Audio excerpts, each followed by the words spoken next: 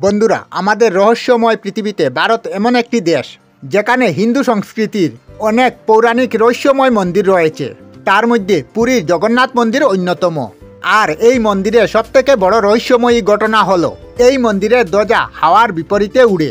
এই ঘটনাটি বিস্তারিত জানাতে এসেছে বিধায়কনাথ বাপ্পা ইউটিউব চ্যানেল, আর আমি আপনাদের সাথে বিধায়কনাথ।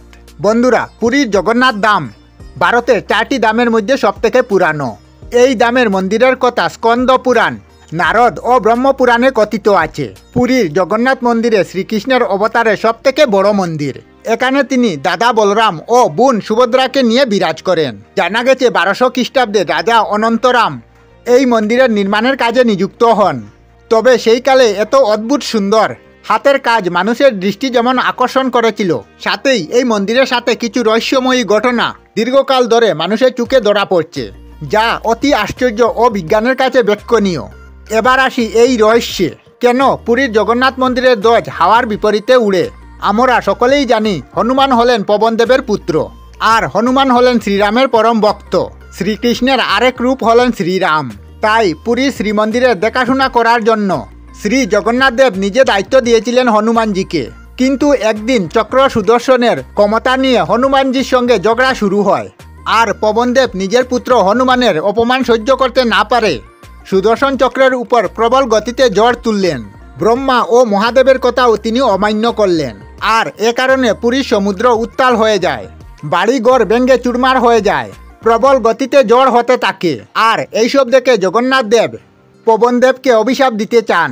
পবনদেব নিজের ভুল বুঝতে পেরে জগন্নাথ দেবের কাছে ক্ষমা চান, আর ক্ষমা চেয়ে বলেন, আমি ভুল করেছি প্রভু, আপনি আমাকে যা শাস্তি দেবার তাই দিন।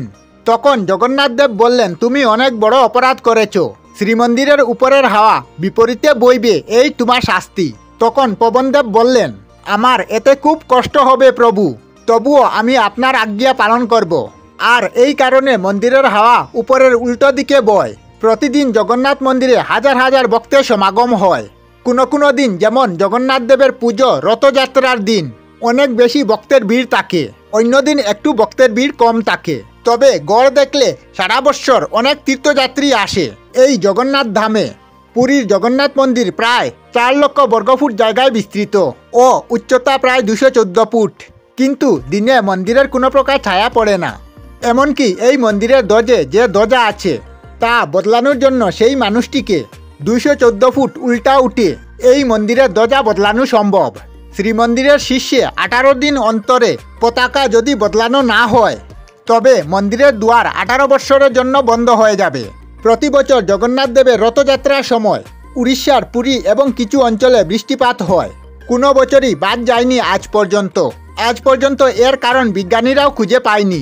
ভক্তরা মনে করে এটা ভগবানের লীলা খেলা বা জগন্নাথ দেবের ইচ্ছায় এই ঘটনা একইভাবে ঘটে আসছে। আমরা আমাদের চ্যানেলে সব ধরনের ভিডিও আপলোড করি, যেমন ব্লগ, নিউজ, কুকিং ভিডিও, ধার্মিক আলোচনা ইত্যাদি।